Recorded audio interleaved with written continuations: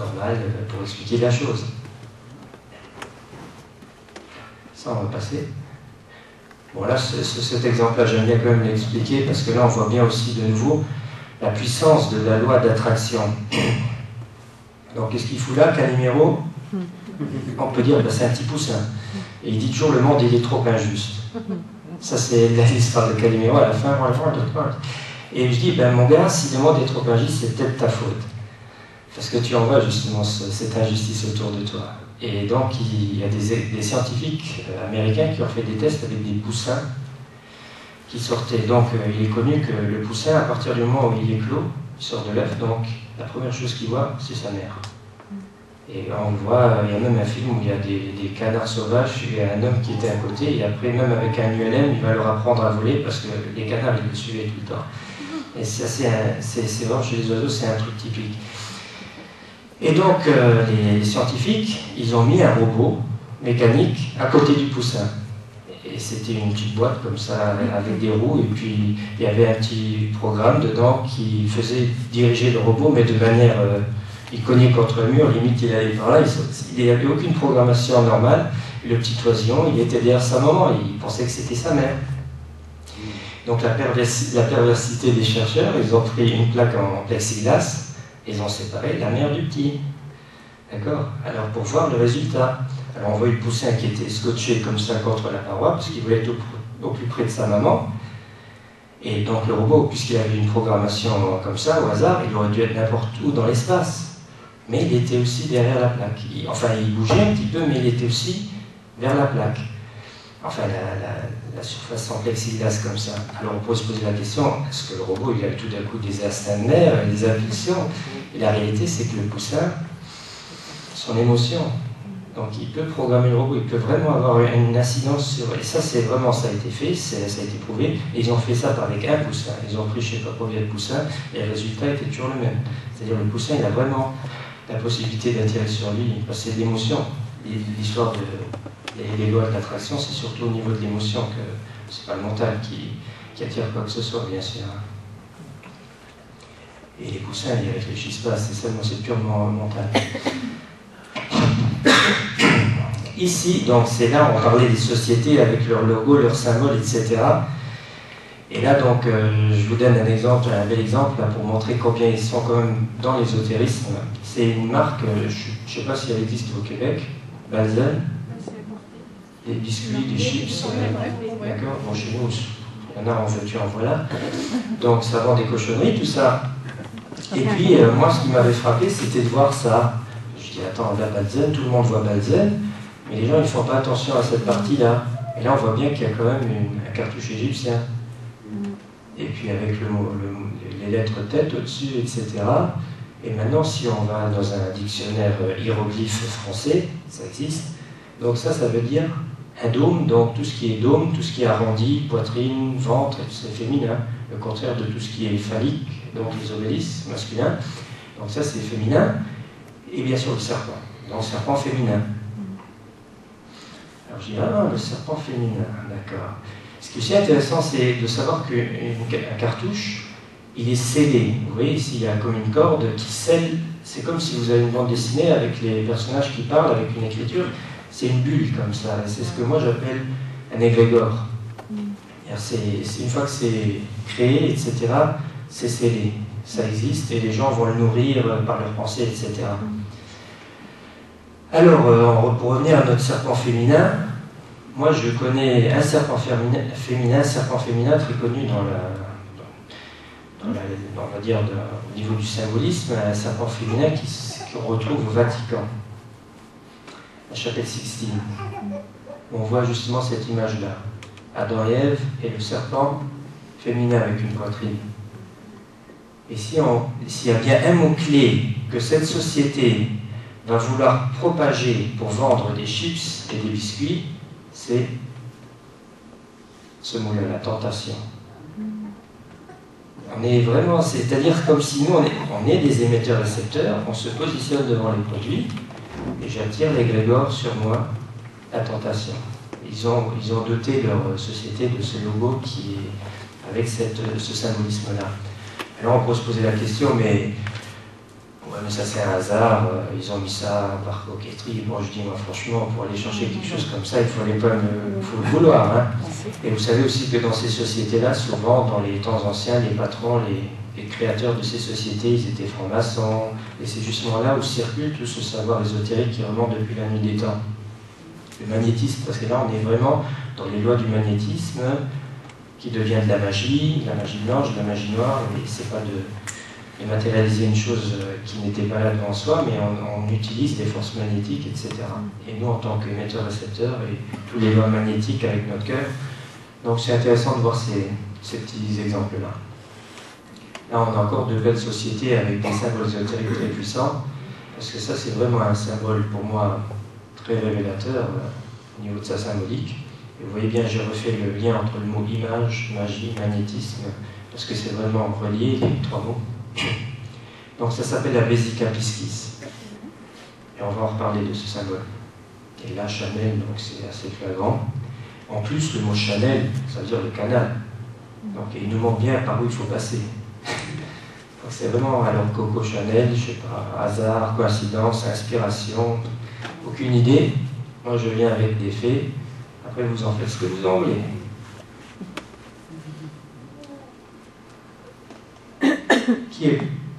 Que sommes-nous? Ça c'est pour moi la plus belle réponse pour moi qu'une personne a donnée par rapport à cette question, ce que nous sommes. Donc voilà, Carl Sagan. Nous sommes une façon pour le cosmos d'apprendre à se connaître, puisque nous sommes un résultat évolutif du cosmos qui s'est auto-créé, etc., l'univers.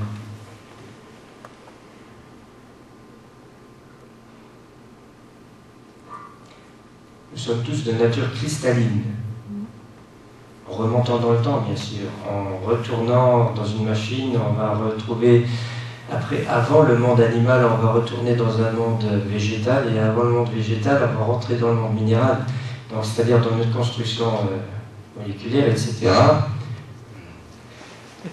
Nous avons bien sûr des minéraux, d'ailleurs, on peut aller chez un chimiste, avec une feuille, il y aura plein d'éléments chimiques, et on va chez une personne, c'est quoi ça? Je sais pas moi, l'ordinateur, parce qu'il va avoir des composantes comme ça. Non, c'est un corps humain. On peut définir un corps humain rien que par des valeurs chimiques, bien sûr.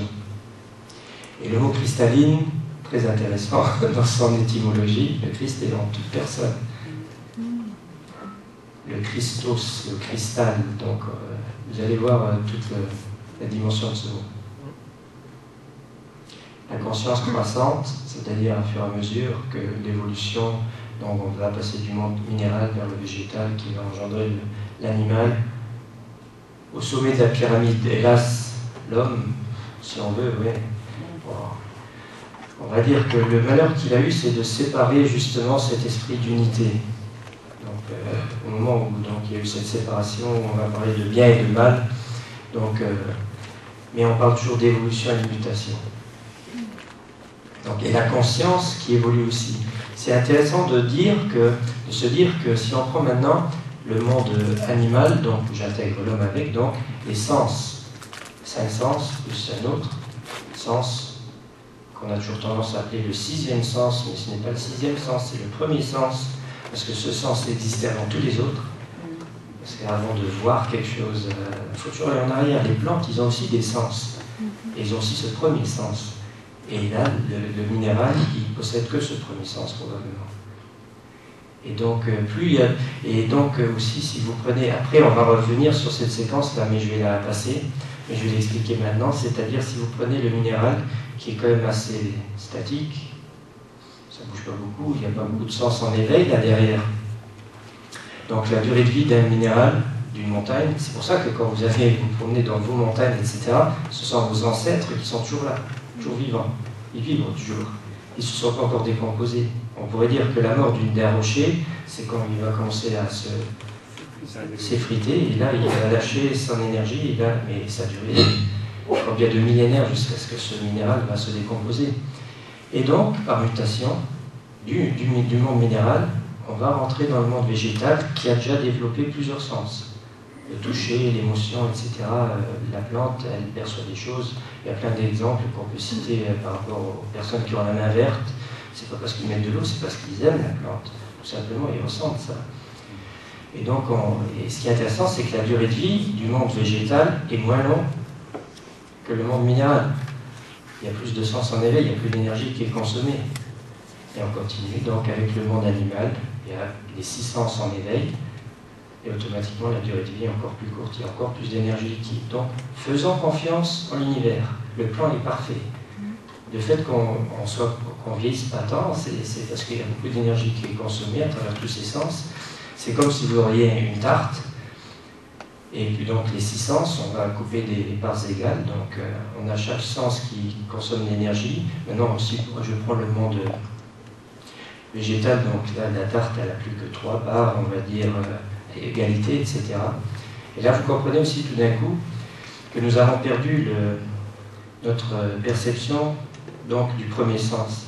Parce que comme l'homme, il a commencé à devenir ce qu'il est, c'est-à-dire il a commencé aussi à s'intéresser aux choses qui étaient autour de lui, la séparation de l'esprit d'unité, je suis le tout, je suis dans le tout, etc. Il a commencé à polariser les choses.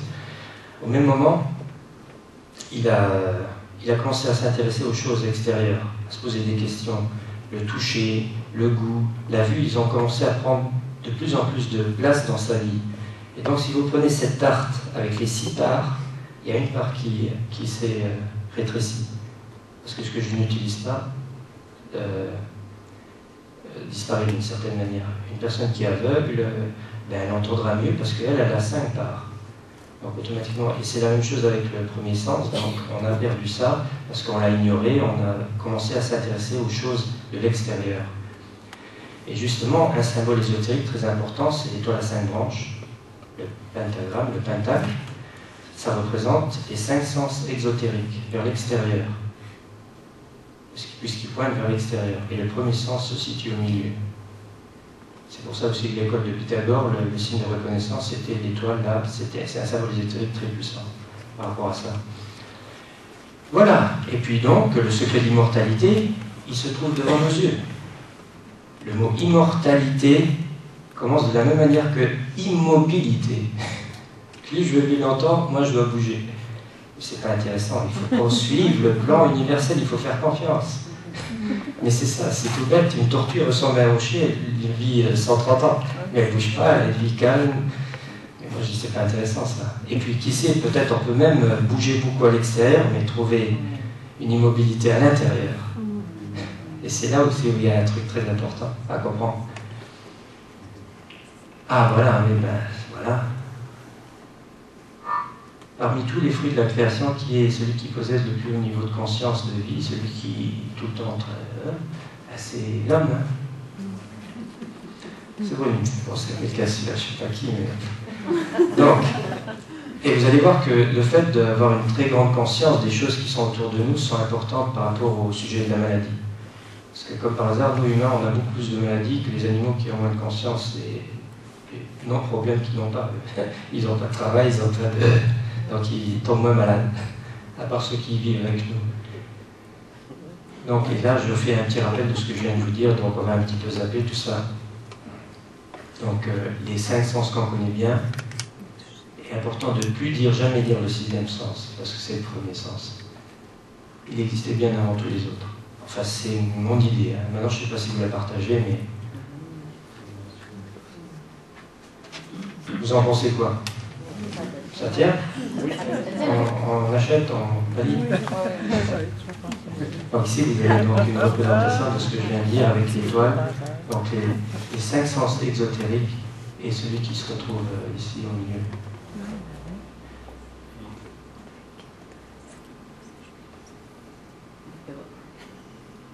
Ici, on a carrément les 6. C'est pas tout à fait ce que je viens de dire, bien sûr, mais... j'ai mis ça pour vous montrer un petit peu aussi les symboles alchimiques. Parce que si on regroupe les symboles alchimiques les uns dans l'autre, on se retrouve avec justement les éléments, donc les 4 éléments que nous connaissons, donc le feu, l'eau, l'air et la terre. Maintenant, si je rassemble tout, j'ai justement l'étoile à 6 branches, l'étoile kabbalistique, mais le signe neutre, justement, ça représente encore une fois les carrés de compas. Abisika, puisqu'ici, symbole important, très important, puisque là on nous montre vraiment la voie que nous devons suivre, mais on va encore en parler de ça. Parce que, attends, je reviens derrière. Donc la zone ici, quand vous prenez les prêtres qui font justement comme ça, ils font 2 cercles, et ils rejoignent les mains. On a bien la vesica, donc qui est symbolisée, et puis mettre leurs mains devant le cœur, bien sûr, aussi en Inde, on fait toujours le symbole là. Et ici, on a la forme d'une amande. Et en langue des oiseaux, l'amande, ça nous donne quelque chose de rigolo. L'amande. La dualité, bien sûr, on a 2 sphères qui se rejoignent, 2 choses qui vont se rejoindre, et au milieu, il y a quelque chose qui apparaît, c'est-à-dire c'est là une réalité d'une certaine manière, puisque nous sommes comme du shampoing, shampoing après shampoing, 2 en 1. L'âme et l'ego. La l'âme bien droite, parce que la légende du roi Arthur, avec son épée Excalibur, qui lui conseille les bonnes choses à faire, etc., c'est la lame qui est bien droite et qu'il faut suivre donc les conseils, et puis on va reparler aussi de ça.